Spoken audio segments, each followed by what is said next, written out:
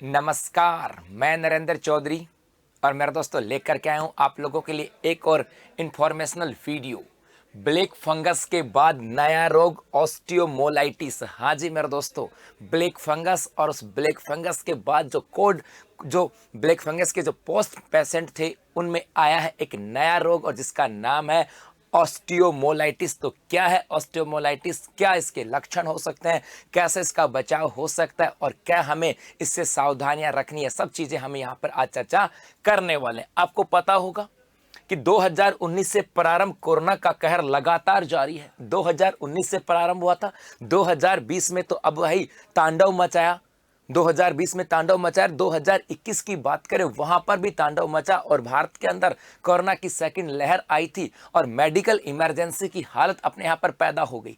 इस कोरोना की बात करें, कोरोना के बाद दुनिया में एक नया संक्रामक रोग सामने आया था और वो रोग क्या था कि जो कोरोना के जो पेशेंट थे ये ज्यादातर कोविड से जुड़े हुए मरीजों में दिखाई दे रहा था कि जैसे जो कोरोना का रोग था, इस कोरोना के बाद में एक नया संक्रामक जो रोग है वो सामने आया था और उस नए संक्रामक रोग का नाम क्या था? Black fungus. हाँ जी मेरे दोस्तों, जो पोस्ट कोविड पेशेंट थे जिनके कोरोना हो गया था उसके बाद ठीक हो गया था, उन्हीं मरीजों के अंदर, ज्यादातर उन्हीं मरीजों के अंदर एक नया संक्रामक रोग दिखाई दिया और उसका नाम क्या था? Black fungus. अब इस ब्लैक फंगस की बात करें तो ज्यादातर उन मरीजों के अंदर था, या तो वो डायबिटीज के पेशेंट थे, या वो मसल्स स्टेरॉइड का यूज करते थे, या वो कोविड रिकवरी मरीज में जो कोविड के जो मरीज थे जो रिकवर हुए थे और उनको स्टेरॉइड दी गई थी, या ऐसे पेशेंट जो हम बात करें उनको कैंसर वगैरह हो, उनकी केमोथेरेपी वगैरह चल रही हो, ऐसे पेशेंट के अंदर ये जो ब्लैक फंगस था ये ज्यादा दिखाई दिया था। और इस ब्लैक फंगस की बात करें, है क्या ब्लैक फंगस? तो अपनी जैसे ये अपनी ब्रेड है और इस ब्रेड के ऊपर जो दाल से लग जाते थे, ब्रेड 5-7 दिन हम छोड़ देते हैं तो उसके ऊपर काले धब्बे से बनते हैं, उनको क्या कहा जाता है? ब्लैक फंगस कहा जाता था। और ज्यादातर ये डायबिटीज के पेशेंट की बात करें, या स्टेरॉइड वाले जो पेशेंट थे उनकी बात करें, या कैंसर वाले पेशेंट थे उनकी बात करें, या जो कोरोना से जो रिकवरी जो पेशेंट हुए थे उनके अंदर ज्यादातर दिखाई दिया था। और इस ब्लैक फंगस के अंदर हुआ क्या? इसमें जबड़े और आंखें प्रभावित हो रही हैं। इस ब्लैक फंगस के अंदर ज्यादातर आंखें और जबड़े प्रभावित हो रहा है कि शुरुआती इनिशियल स्टेज के ऊपर तो जब हमें पता लग जाए कि ब्लैक फंगस है तो उसको ठीक किया जा सकता है। यदि पता नहीं लगता तो हो सकता आंखों की रोशनी चली जाए या जबड़ा भी बाहर निकलना पड़ सकता है। ये दो चीजें जो है वो इससे ज्यादा प्रभावित हो रही थी। लेकिन उसके बाद क्या हुआ भाई? इसके बाद अब मध्य प्रदेश के अंदर एक पोस्ट ब्लैक फंगस मरीजों में नया रोग सामने आया है। तो ऐसे पेशेंट जिनके ब्लैक फंगस हो चुका था और वो ब्लैक फंगस से रिकवर कर चुके थे, अब हाल ही के अंदर मध्य प्रदेश के अंदर एक नया रोग उनके सामने आया है या उनमें देखा गया और उस रोग का नाम था ऑस्टियोमोलाइटिस। क्या नाम था? ऑस्टियोमोलाइटिस। सर ये होता है क्या ऑस्टियोमोलाइटिस? तो इस ऑस्टियोमोलाइटिस की बात करें, ये जो है ये हड्डियों में एक संक्रामक रोग है। जो अपनी हड्डियां होती हैं बॉडी के अंदर, जो अपनी हड्डियां होती हैं, इन हड्डियों के अंदर होने वाला ये एक संक्रामक रोग है। ये होता किसकी वजह से है?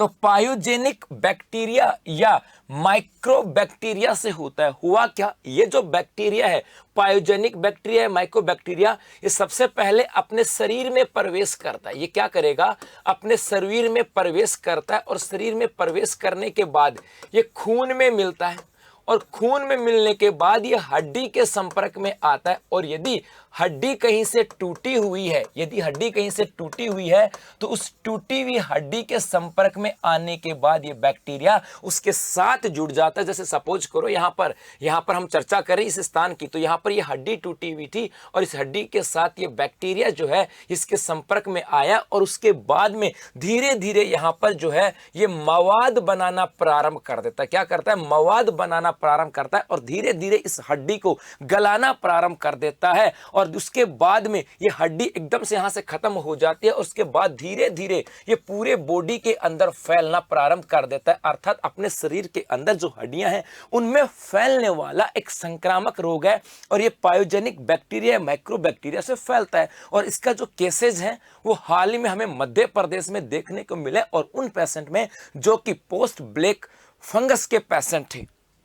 यदि हम बात करें सर इसका उपचार कैसे हो सकता है, तो यहां पर हम बात करें ये क्या हुआ इस मध्य प्रदेश के अंदर, कि इस मध्य प्रदेश के अंदर जो ब्लैक फंगस के पेशेंट थे, ब्लैक फंगस के जो पेशेंट थे, उनके जो हम बात करें जबाड़े की बात करें, उनके जबाड़े या ऊपरी तालू की बात करें, इस ऊपरी तालू के अंदर यहां पर हमें ये रोग देखने को मिला। और यहां पर इसने किया क्या, यहां पर इन्होंने अपना जो खून है इस खून का थक्का बना लिया, और खून का थक्का बनाने पर यहां पर जो खून था इस खून का प्रवाह यहां पर बंद हो जाता है, खून का प्रवाह यहां पर रुक जाता है, और ऐसी स्थिति में जो जबड़ा और तालू है ये लगभग खत्म हो जाता है, लगभग क्या हो जाता है, खत्म हो जाता है। ये एक नया जो है वो हमें देखने को मिला। अब ये तो पता लग गया है क्या, किससे फैलता है और कौन से पेशेंट के अंदर ज्यादा मिला और क्यों हुआ, तो ये क्या करता है, बॉडी में प्रवेश करता है, हड्डी को गलाता है, और हाल ही में ब्लैक फंगस वालों के तालू के साथ यहाँ पर मुंह के जो ऊपरी हिस्सा है यहाँ पर यह जबड़ा जो है इसके साथ अटैच में आया, दिखाई दिया यहाँ पर केसेस, और इस जबड़े को गलाना प्रारंभ कर दिया। अब तो सर ये तो रोग तो हो गया, अब इसका इलाज क्या, या तो उस जो पेशेंट है या तो वो जो पेशेंट है इन्हें एंटीबायोटिक दवाएं दी जाए ताकि धीरे धीरे जो अपनी बॉडी के अंदर जो मवाद है उसको कंट्रोल किया जाए, या ये जो अपना जो बैक्टीरिया है इसको मारा जाए। और यदि ये रोग एक व्यापक स्तर पर फैल गया है या ज्यादा लंबा फैल गया है, तो ऐसी स्थिति में उसकी बात करें तो जबड़ा जो है इस जबड़े का सर्जरी करके, और इसे क्या किया जा सकता है, इस जबड़े की सर्जरी करके इसे निकाला जा सकता है। इसका मतलब अब पोस्ट ब्लैक फंगस के बाद आ गया है एक नया रोग, और उसका नाम क्या हो गया, ऑस्टियोमोलाइटिस। तो हमें ध्यान रखना होगा कि अपने जबड़े के साथ साथ आसपास या तालू के ऊपर कहीं पर हमारे कुछ दर्द हो रहा है या कहीं पर मवाद वगैरह की ऐसी कई स्थिति आ रही है, तो तुरंत हमें डॉक्टर को संपर्क करना है। ऐसे डरने वाली कोई बात नहीं है, ये रोग आज नहीं बहुत सालों से है, हड्डियों का संक्रामक रोग है, कभी पैरों में भी हो सकता है, हाथ की अंगुली में भी हो सकता है, लेकिन ब्लैक फंगस के जो पेशेंट थे उनका जबड़ा प्रभावित हो रहा था,